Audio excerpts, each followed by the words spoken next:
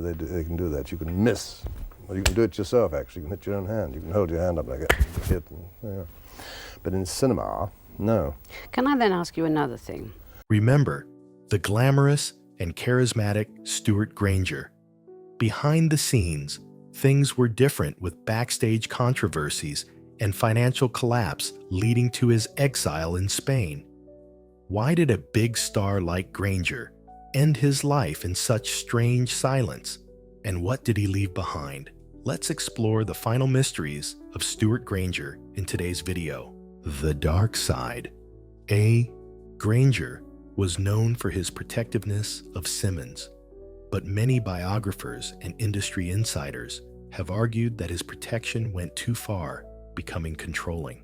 He interfered in his wife's career decisions, even clashing with directors and producers to defend his views. One particularly controversial incident involved Howard Hughes, the eccentric billionaire and movie mogul who signed Simmons to RKO. According to Granger, Hughes tried to force Simmons to make deals in exchange for roles. When she refused, he retaliated by giving her bad scripts in an attempt to sabotage her career. To free his wife, Granger paid $150,000, a huge sum at the time, to buy out the contract. While it was seen as a noble act, it also showed the dominance he wanted to exert over Simmons between love, possessiveness, and professional rivalry. By the mid-1950s, the spotlight had faded. Granger was brash, outspoken, and somewhat arrogant, the polar opposite of Simmons's reserved, calm demeanor. Quarrels, long separations, and rumors of infidelity were common in the gossip columns, though never officially confirmed. In 1960, after 10 years together, they divorced. They had one daughter, Tracy Granger, who later became a film editor. In his memoir, Sparks Fly Upward, 1981, Granger admitted that he still loved Simmons deeply, but also said, "Nobody told me what to do," a veiled admission that his controlling nature contributed to the breakdown of their marriage. Granger was not a good communicator. He often clashed with directors and co-stars and challenged authority on set, insisting on creative control.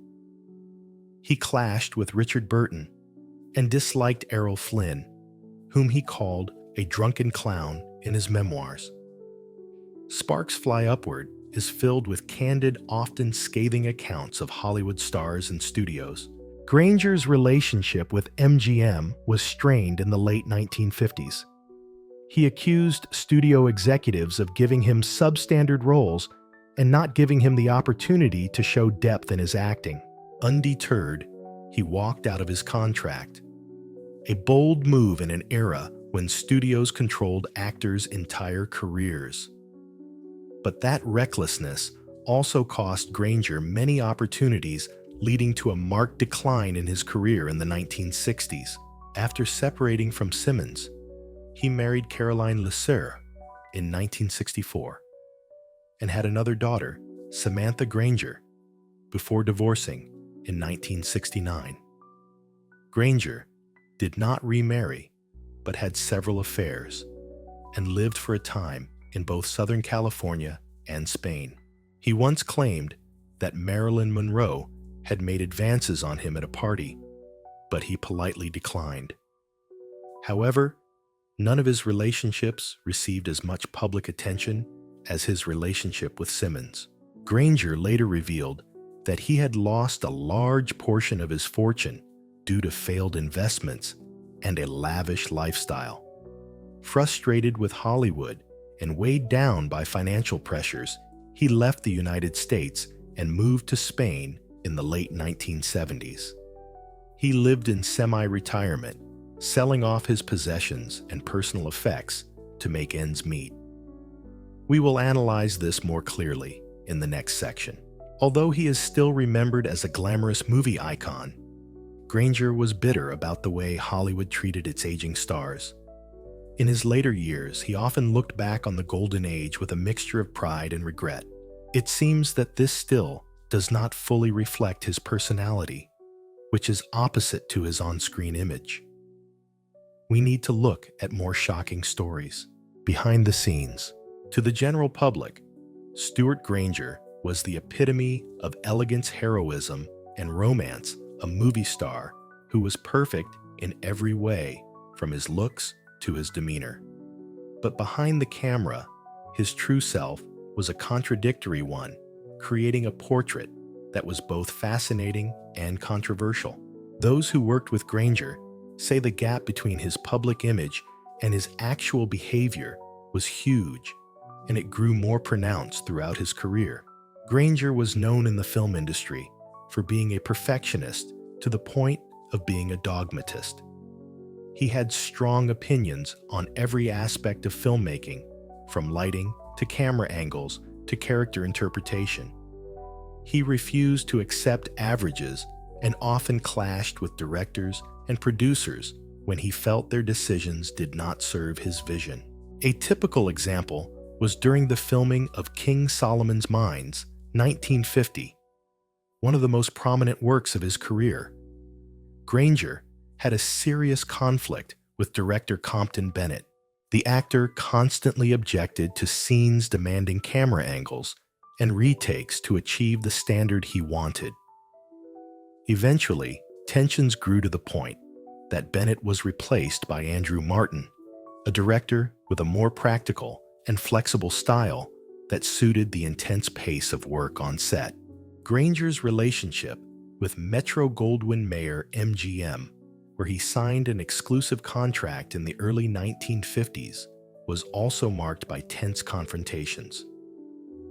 MGM initially saw him as a valuable commodity from Britain, with a distinct box office appeal and a boyish appearance suited to classic heroic roles. But after a few years, MGM executives began to fear his temperament. Granger frequently turned down roles he deemed unsuitable for his artistic class, publicly criticized shoddy scripts, and clashed with executives. In one famous meeting, he protested vehemently against being cast in a film he called ridiculous, despite the film's later commercial success. While that frankness partly shows his loyalty to the art, his manner of expression makes him a thorn in the side of management. The competitive nature of Hollywood brought out Granger's hot-headed and uncompromising side. He was unkind to his male colleagues, especially British actors like James Mason and Lawrence Harvey, whom he felt were stealing roles that were rightfully his. He was also not above making blunt, sometimes harsh, assessments of their abilities, which made him an outcast in an artistic community that valued collaboration and support. Even those closest to him confirmed Granger's complex personality. Director Mervyn LeRoy, who worked with him on the blockbuster Quo Vadis, 1951, bluntly commented, "Granger was a man of great talent, but also a challenge. His passion for control sometimes led to many retakes, which delayed the production considerably. Still, he admits that his perfectionism can sometimes work in his favor on screen." Actress Deborah Kerr Granger's co-star in King Solomon's Mines offers a more balanced view. She says Granger can be difficult if he feels a scene isn't quite right, but his professional instincts are usually spot on. But she doesn't deny that his harsh demeanor can put pressure on many crew members, especially in an environment that requires flexible coordination. No one knew Granger better than Gene Simmons, his second wife and co-star in many films. In a later interview, she said Stewart loved his work so much that he wanted everything to be perfect. But sometimes, that control didn't just extend to the set. It extended to our relationships. Simmons's comments shed some light on the impact of Granger's personality on his personal life, where he set equally high standards for his work. In his native England, Stewart Granger initially earned great respect from the film industry. His work with Gainsborough Pictures defined the acting style of the era: dedicated, passionate, and uncompromising. His British colleagues, while acknowledging his somewhat rigid approach, respected him for his seriousness and artistic commitment. But when he moved to Hollywood, where the filmmaking system was highly industrialized and actors were often beholden to the will of the studio, Granger became a hard sell. His independence of mind and desire for control made him a misfit. As one MGM executive put it, Stewart Granger brought in the box office, but at the expense of the morale of the crew. The contrast between Granger's reputation in Britain and America reflects the profound cultural differences between the two. In Britain, actors were often given greater creative freedom, which suited his artistic nature. In Hollywood, however, individual creativity was often restricted to the studio's boundaries, which Granger never accepted. Unfortunately, as the late 1950s, a time of greater collaboration in production, began to see Granger's reputation as a difficult man to work with. Granger became an open secret in the industry. Many studios were reluctant to cast him in major projects, although they still recognized his talent and appealed to audiences. He was gradually pushed aside from important films, not because he was incompetent, but because he was no longer considered controllable, an important criterion in the commercial film industry. Now, off-screen, Granger's life was just as dramatic, marked by love turmoil and hidden struggles. His illustrious, yet bumpy career seems to have left its mark not only on the film industry, but also on his personal life. When the spotlight gradually faded, what happened to Stewart Granger? Why did the mysteries surrounding his death haunt the public for many years after? Let's explore the most heartbreaking part of this story: the final years. No more swordplay, no more spotlight. Granger faced an enemy more dangerous than any villain he had ever faced on screen: cancer. On August 16, 1993, Stewart Granger breathed his last breath at St. John's Hospital and Medical Center in Santa Monica, California, at the age of 80. The official cause was the aftermath of a long battle with prostate cancer and bone cancer, a battle that was silent but fierce.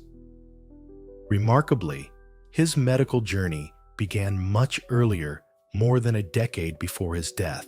In 1980, at the age of 67, doctors diagnosed Granger with terminal lung cancer, with a terrifyingly pessimistic prognosis: just 3 months to live.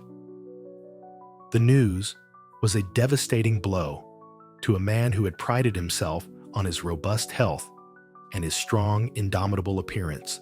And in typical fashion, Granger did not react with fear or panic. In a rare interview, he recounted his reaction with a touch of dark irony. "I was 67 and had smoked 60 cigarettes a day for 40 years. The doctor said that if I had surgery, I could have 2 to 4 years. I said, 'Who needs that? But you better give me 3 months to get my house in order.' But fate took an unexpected turn. After undergoing surgery to remove part of his lung and ribs, medical experts discovered that the initial diagnosis had been seriously wrong. He did not have lung cancer, as he had been told. Instead, he had tuberculosis, a serious but treatable disease. It was a miraculous salvation, giving him more than a decade of life that he had thought he would never have. But the reprieve was only temporary. Cancer did indeed find him in his later years. According to Sid Craig, the actor's publicist Stewart Granger had been quietly battling prostate cancer that had metastasized to his bones for a long time, until his body could no longer withstand it. Surprisingly, during that time, the media barely knew or reported much about his health condition. St. John's Hospital spokesman Gary Mierianu only briefly confirmed that Granger had been in and out of the hospital for several months before his death, without adding any details. Major newspapers, such as the Los Angeles Times and the Washington Post, took a more reserved tone, simply stating that he died of cancer without revealing the course of his illness treatment or the physical and mental exhaustion he had experienced. That secrecy may have stemmed from two reasons. One was the journalistic norm of the time to avoid delving into the private lives and medical issues of celebrities. But the second, and perhaps more profound reason, was Granger himself. As a man who had fought his way through life and death on the silver screen, he seemed to want to preserve his final dignity by choosing to die privately, quietly, and without fanfare. The Deseret News took a poignant look. Over a career that spanned decades, the tall, elegant man had fought gangsters, villains, and even wild beasts on screen. But in his final battle with cancer, there was no one to save him. It was a battle he could not win. At the time his death was announced, his funeral had not yet been held. Even his passing seemed shrouded in mystery. No press conferences, no grieving family members outside the hospital gates, no live television coverage. It was just a brief mention amid the daily news cycle, an unusually quiet end to a life that had made headlines around the world. In the light of a storied career and high-profile relationships, what did Stewart Granger leave behind? Not just his memorable roles, but also his financial legacy and family legacy. What was his life like behind the scenes, especially with his loved ones and his once enviable fortune? Let's take a closer look. Family and financial legacy. Behind the glamour of Hollywood stardom, Stewart Granger's personal life involved a series of marriages and children, ultimately affecting how his estate was distributed after he died in 1993. The actor's matrimonial history featured 3 notable marriages throughout his lifetime. First, he wed Elspeth March in 1938, with whom he had 2 children, Jamie and Lindsay. This union dissolved in 1948. His second marriage to actress Jean Simmons lasted from 1950 to 1960, producing 1 daughter, Tracy. Finally, Granger married Caroline LeCerf in 1964, having another daughter, Samantha, before divorcing in 1969. Upon his death, Granger's estate was primarily divided among his 4 children. His final residence was a modest apartment in Pacific Palisades, California, a far cry from the lavish properties he once owned. Surprisingly, he left no provision for any of his former wives, in his will having maintained distant relationships with them in his final years. Tracy Granger, his daughter with Jean Simmons, followed her parents into the film industry, albeit behind the camera as an editor. Jamie, his eldest son, pursued interests outside Hollywood, while both Lindsay and Samantha maintained relatively private lives away from public attention. Though once among Hollywood's highest-paid actors in the 1950s, Granger's financial situation had deteriorated significantly by the time of his death. His estate was valued at approximately $165,000, considerably less than the public perception of his wealth. Several factors contributed to this financial decline. First, a series of poor investments, particularly in real estate ventures in Arizona and New Mexico, depleted much of his savings.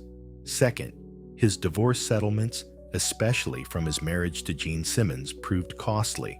Throughout his later years, Granger supplemented his income through television appearances and smaller film roles.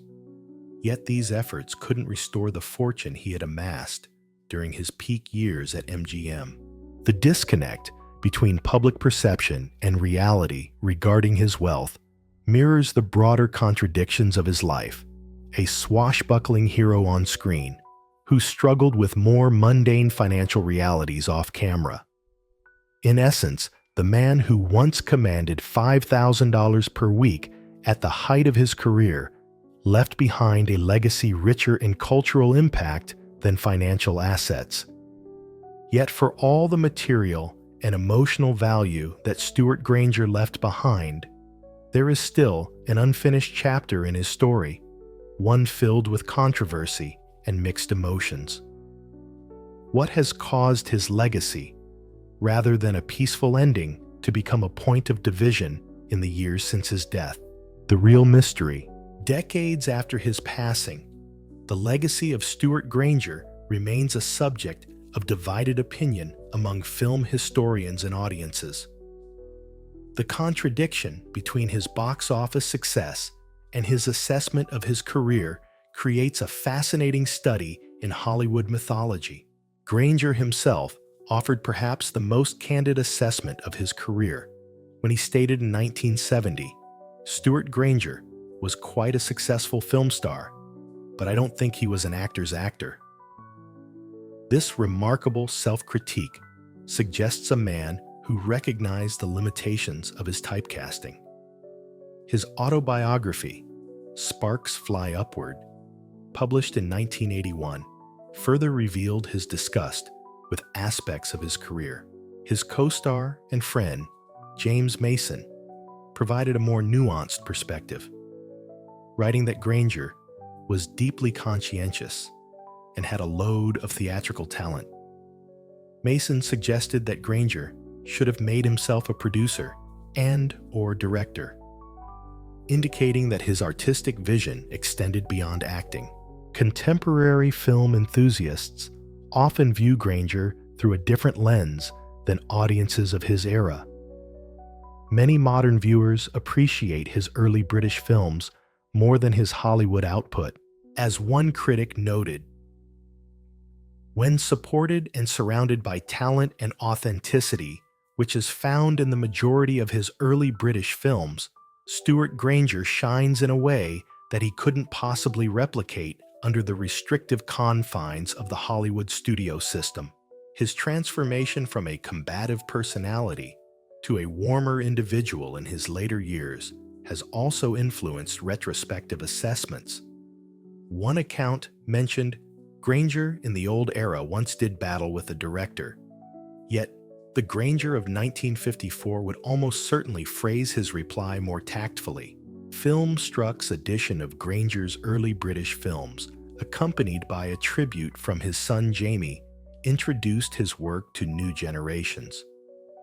Such curatorial choices have fostered fresh appreciation for performances like his role in Saraband for Dead Lovers, 1948, described by one reviewer as Granger at his best. Ultimately, his enduring appeal lies in the tension between his public persona and private reality, a contradiction that continues to fascinate film historians today. So, which is the truest picture of Stewart Granger? An underrated movie star, an artist stifled by the studio system, or a man who doubted his glory? How do you think he deserves to be remembered? Please share your thoughts in the comment section below. We would love to hear from you. And don't forget to like the video and subscribe to the channel for more interesting updates. Thank you, and see you in the next videos. Kate.